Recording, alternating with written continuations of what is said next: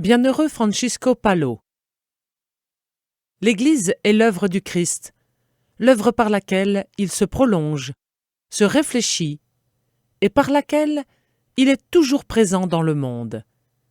Elle est son épouse, à laquelle il s'est entièrement offert.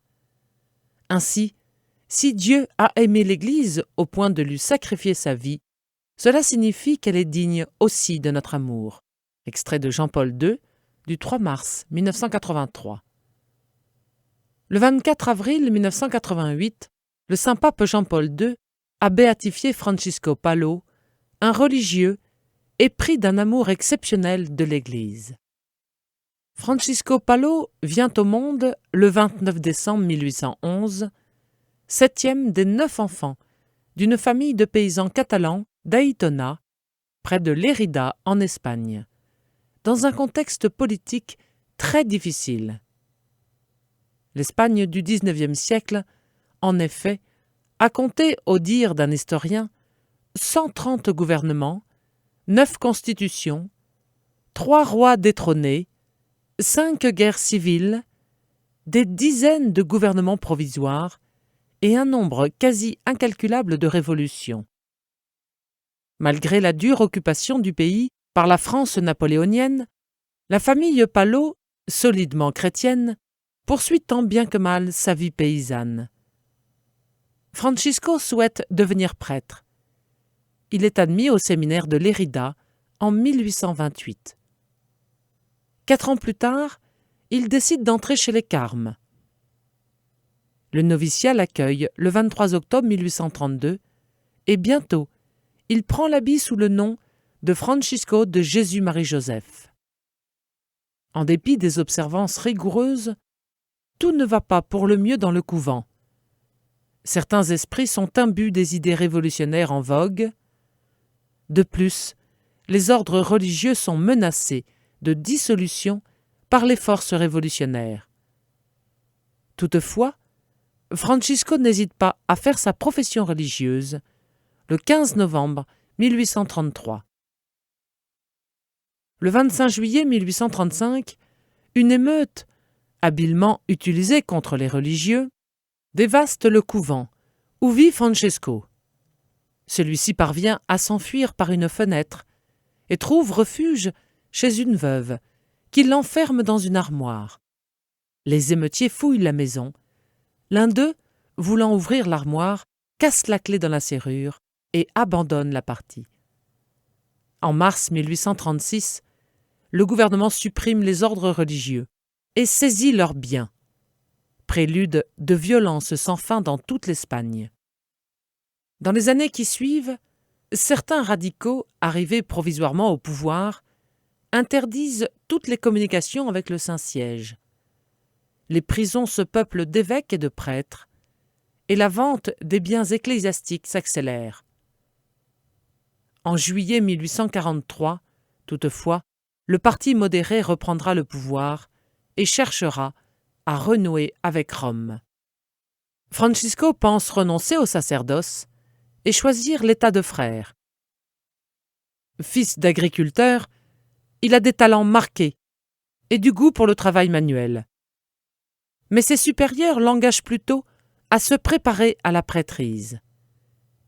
Il reçoit donc l'ordination sacerdotale le 2 avril 1836 et exerce d'abord son ministère dans la paroisse San Antolin d'Aitona. Bientôt commence une longue série d'épreuves pour son cœur de prêtre. En juin 1837, on lui retire les pouvoirs de confesser et de prêcher. Puis, en mars 1838, l'autorisation de confesser lui est rendue, mais non celle de prêcher. Il semble en effet que sa parole, trop énergique et manquant de diplomatie, dérange. Il apprendra à corriger ce trait de son caractère, mais n'y parviendra jamais complètement. Dieu laisse faire. En août 1838, le gouverneur civil de Lérida l'assigne à demeurer à Aitona en résidence surveillée, car on l'accuse de faire de la propagande contre le trône par le biais du confessionnal. Il se retire donc dans une grotte. La vie de pénitence et de contemplation qu'il y mène touche le cœur de nombreuses personnes, sans pour autant être du goût de tout le monde. Une nuit, 3 individus entrent chez lui, décidés à le tuer. Quelques mots du père retournent leur cœur et ils repartent confesser. Bientôt, las d'une inaction forcée, le père Palot part avec ses frères et un séminariste vers Tortosa, où il s'adonne à la prédication de missions paroissiales dans la Catalogne.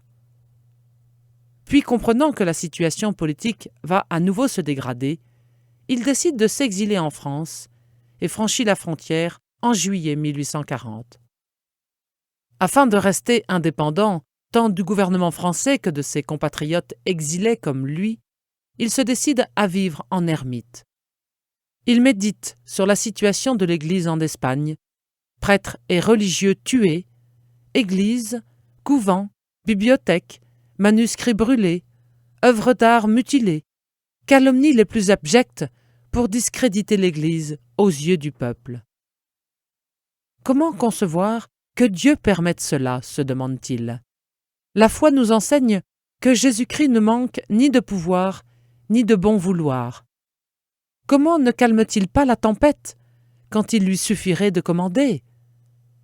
C'est un mystère qui me tient occupé en de profondes méditations, dira-t-il. Et il conclut, seule la prière peut sauver du naufrage l'Église espagnole. Cependant, les luttes entre factions rivales qui déchirent l'Espagne s'étendent jusqu'en France, et pour y échapper, le père Palot entreprend un périple à travers les régions montagneuses de l'Aude et du Tarn. Au début de 1843, il s'installe avec son frère et quelques jeunes Espagnols dans une grotte, au milieu d'un bois touffu, propriété d'une famille avec laquelle il a lié amitié dans le diocèse de Montauban. D'emblée, il obtient la confiance du vicaire général qui lui donne les pouvoirs de confesser. Il parcourt les campagnes, le crucifix à la main, et beaucoup viennent à lui, qui pour des besoins matériels, qui pour des besoins spirituels, tous en quête de réconfort. Une ancienne religieuse Clarisse et une jeune fille prennent le père Palot pour guide spirituel. Il organise avec elle une petite communauté contemplative. Bientôt, 2 autres jeunes filles les rejoignent. Au printemps de 1846, le père Palot repasse les Pyrénées et se rend à Aïtona. Toutefois, 1 an plus tard, il repart pour la France, où il se trouve en butte à de nouvelles contradictions dues à l'attitude de certains de ses compagnons espagnols restés en France durant son séjour en Espagne. Il se retire alors dans un endroit encore plus écarté, où il reprend la vie érémétique. Calomnié devant l'évêque de Montauban, le père Palot se défend pour l'honneur du sacerdoce. Néanmoins, il se soumet aux prescriptions de celui-ci, notamment en s'abstenant de célébrer la messe. Le conflit n'ayant pu se résoudre à l'amiable, il rentre en Espagne en avril 1851. L'école de la vertu. Le père se rend à Lérida, mais on ne veut pas l'y recevoir. Il dirige alors ses pas vers Barcelone, où l'évêque l'accueille paternellement. Il prodigue ses soins aux jeunes filles qu'il dirige, et il nomme les sœurs tertiaires du Carmel, jusqu'en mars 1852, où les 2 petites communautés qui se sont formées à Lérida et à Aïtona sont dissoutes par ordre du gouverneur civil. Avec son frère Juan et quelques compagnons, le père s'installe dans une grotte où il mène une vie de pénitence. Mais l'évêque de Barcelone fait appel à lui pour une nouvelle mission d'évangélisation et lui confie la direction spirituelle de ses séminaristes. Le père organise une sorte de mission continue, un cycle de causeries qui présente chaque dimanche aux adultes un cours systématique sur la foi catholique. Plus tard, cette catéchèse s'appellera « école de la vertu. Son but est de réconcilier le peuple avec l'Église, la science avec la foi, la politique avec la religion, de faire passer l'esprit du christianisme dans les institutions. Constatant le fossé qui grandit entre forts et faibles, riches et pauvres, le père veut parvenir à une véritable insertion du monde ouvrier dans la société. L'école de la vertu est dirigée par un groupe de prêtres et de laïcs avec une méthode originale qui unit le cours magistral à la participation active des auditeurs, permettant le dialogue, les questions et réponses dans la limite du possible, sans oublier des temps de prière communes. La première partie du programme reprend le traité de saint Thomas d'Aquin sur les vertus, sous forme de catéchisme. La seconde partie traite de la doctrine sociale de l'Église. On y établit les droits de la personne, de la famille et le droit d'association. Le Père exhorte les hommes à accomplir leurs devoirs temporels, suivant la norme évangélique, et proclame, face aux accusations d'obscurantisme lancées contre l'Église, que celle-ci impose aux chrétiens le progrès intellectuel et matériel comme un devoir. La vocation propre des laïcs, rappellera le Concile Vatican II, consiste à chercher le règne de Dieu, précisément à travers la gérance des choses temporelles qu'ils ordonnent selon Dieu. C'est à eux qu'il revient, d'une manière particulière, d'éclairer et d'orienter toutes les réalités temporelles auxquelles ils sont étroitement unis, de telle sorte qu'elles se fassent et prospèrent constamment, selon le Christ, et soient à la louange du Créateur et Rédempteur. La paix du Christ. Dans la grande ville de Barcelone, où commence l'école de la vertu, la richesse et la réussite des uns se bâtissent au prix de la misère et de la souffrance des autres. Le père Palot explique que la paix et le bonheur temporel, autant que spirituel des peuples, exigent que les droits sociaux soient reconnus, acceptés, respectés et protégés. La vie chrétienne ne s'exprime pas uniquement dans les vertus personnelles, mais également dans les vertus sociales et politiques, rappelait le pape Benoît XVI en mai 2007. Sans adhésion des cœurs au commandement d'amour du Christ, pense avec raison le père Palot, il n'y aura jamais ici-bas de paix, de justice, de fraternité, de liberté vraie et durable. Son succès est imposant. On en arrive à réunir 2000 personnes dans l'église où le dimanche après-midi on parle d'amour et de justice à l'ouvrier et à l'employeur, où on prêche la vérité à l'élève et au professeur, où le médecin et l'avocat vérifient l'harmonie entre science et révélation. Bien des esprits troublés retrouvent la paix. Les élèves de l'école de la vertu appartiennent en grande partie à la classe ouvrière, et certains gouvernants affectent de croire qu'on y prône des idées socialistes jugées dangereuses. En 1854, des grèves d'ouvriers éclatent à Barcelone. L'autorité militaire décrète la suppression de l'école de la vertu, accusée d'avoir eu un grand rôle dans ces grèves. Les ouvriers ainsi que les responsables de la société des tisserands se font les défenseurs de l'école. Malgré cela, le gouverneur décrète le 6 avril l'exil immédiat du père Palot sur l'île d'Ibiza aux Baléares. Le père pourra écrire « Si comme nous nous sommes abstenus de nous mêler de politique, la politique avait laissé intacte la religion. L'école de la vertu aurait poursuivi pacifiquement sa route. » Le pape Benoît XVI dira « L'Église est avocate de la justice et des pauvres, précisément en ne s'identifiant pas avec les politiques ni avec les intérêts de parti. C'est dans l'indépendance qu'elle peut enseigner les grands critères et les valeurs auxquelles il ne faut pas déroger, orienter les consciences et offrir une option de vie qui aille bien au-delà du cadre politique. Former les consciences, prendre la défense de la justice et de la vérité, éduquer aux valeurs individuelles et politiques, telle est la vocation fondamentale de l'Église dans ce domaine. Je contemplais. À Ibiza, le père Palot souffre profondément de son inaction forcée.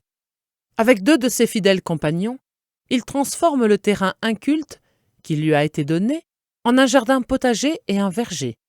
Sensible à toutes les beautés artistiques, le père Palot se fait souvent poète.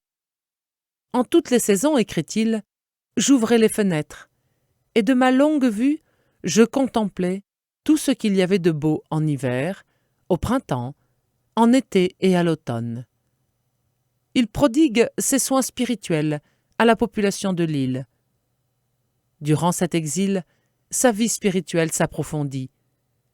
Il comprend plus profondément le lien qui existe entre amour de Dieu et amour du prochain. Si l'amour cherche Dieu seulement, croyant que Dieu, sans la relation au prochain, suffit, il en reste là, il fait du surplace. Et s'il n'en sortait pas pour se répandre sur le prochain, l'égoïsme spirituel le consumerait et le perdrait. Des décrets d'amnistie sont promulgués en 1856 et 1857. Le père espère pouvoir en bénéficier, mais on ne veut pas les lui appliquer. Il lui faut attendre l'amnistie générale du 1er mai 1860.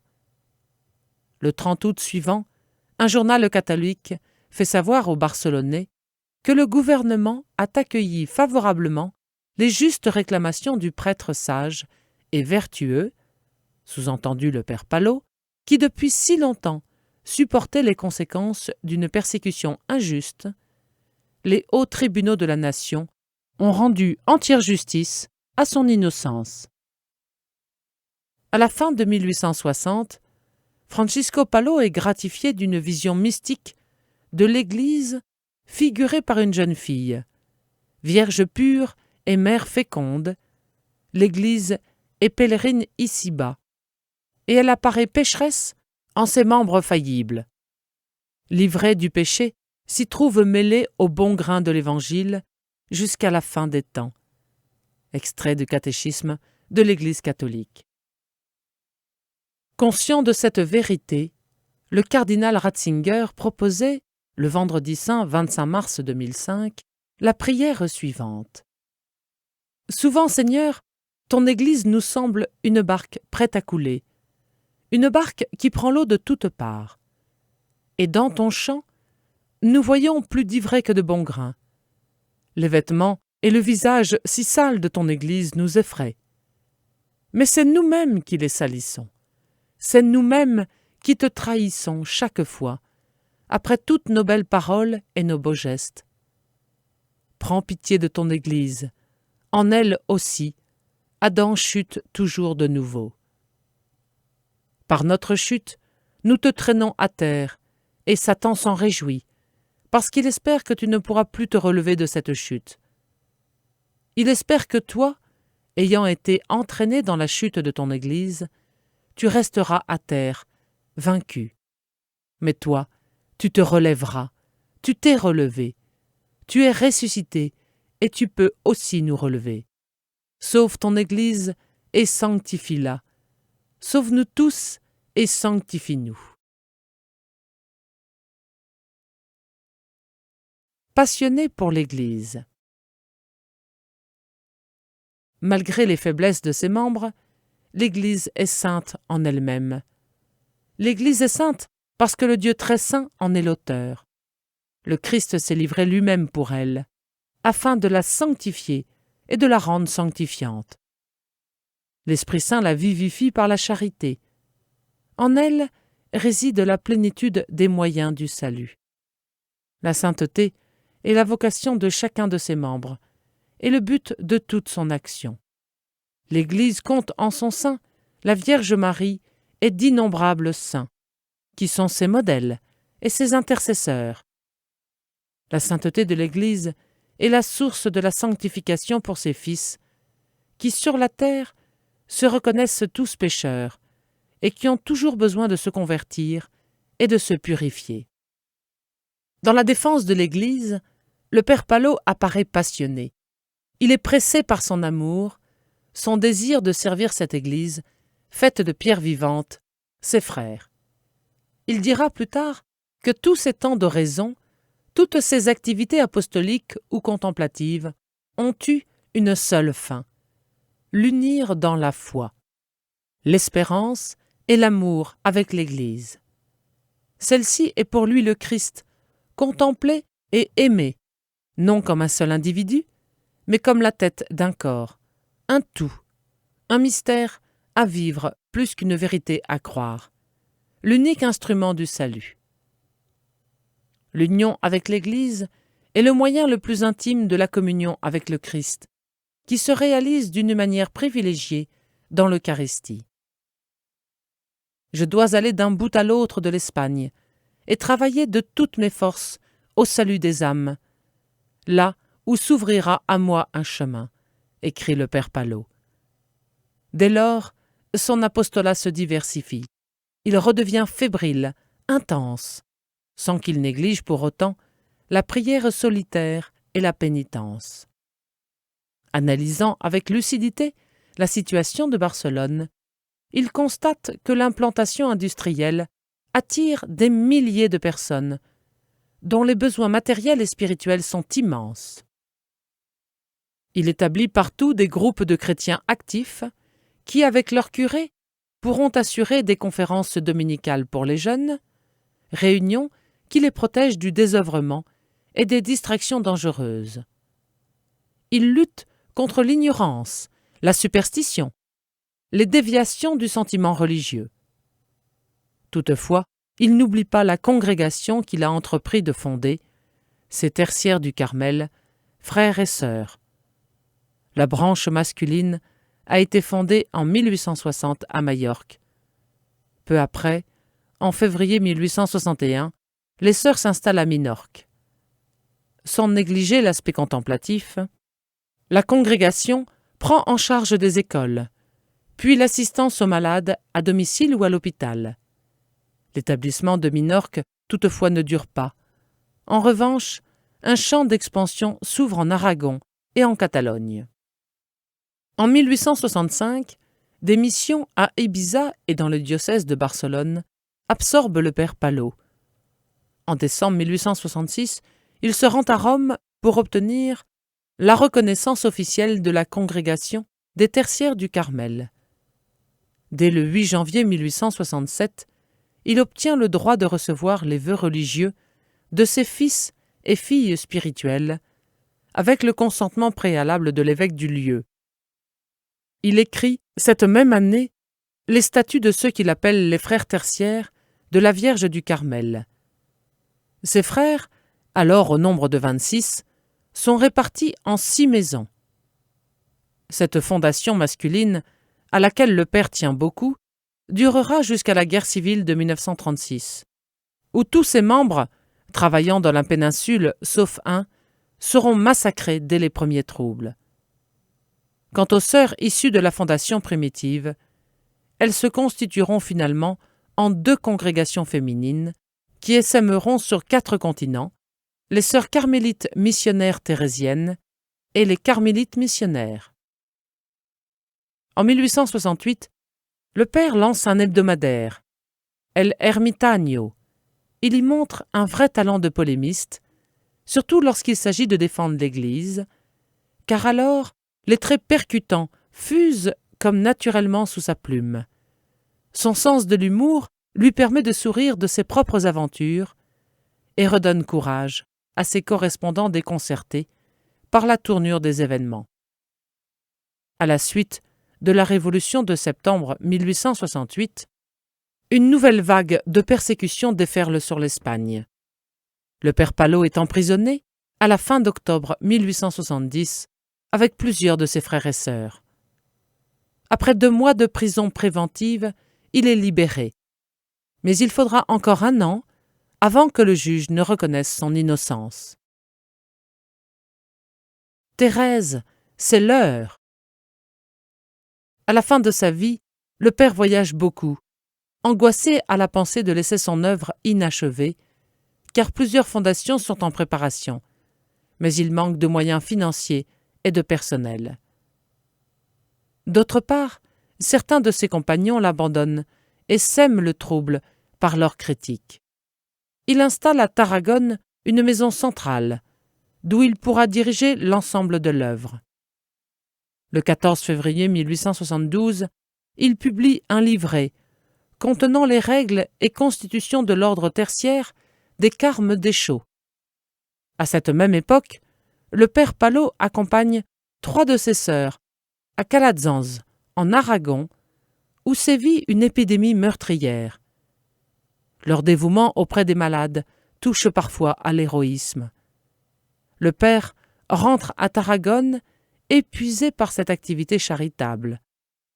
Il recommande une dernière fois l'Église à ceux qui l'entourent. Priez pour le triomphe de l'Église, unissant vos supplications à celles de Saint Joseph, car nous en faisons notre médiateur. Jamais je ne me suis écarté de l'Église dans le plus petit détail. Dans mes opinions, j'ai toujours soumis mon jugement sans avoir d'autres intérêts que la gloire de Dieu. Toute la communauté étant réunie dans sa chambre, il leur dit « Agenouillez-vous, que je vous bénisse. » Levant le bras droit, il bénit ses enfants et ajoute, à l'adresse de sainte Thérèse d'Avila, « Thérèse, c'est l'heure !» Et le bras levé, il rend son dernier soupir. Le père Palot a toujours eu pour la Vierge Marie une tendresse filiale. En 1864, celle-ci s'est révélée à lui comme la figure la plus parfaite de l'Église. C'est ainsi qu'il l'a présentée aux fidèles.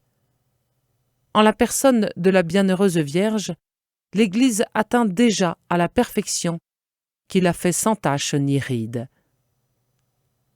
Les fidèles du Christ, eux, sont encore tendus dans leur effort pour croître en sainteté par la victoire sur le péché. C'est pourquoi ils lèvent leurs yeux vers Marie. Demandons à Notre-Dame de nous obtenir un amour indéfectible de l'Église.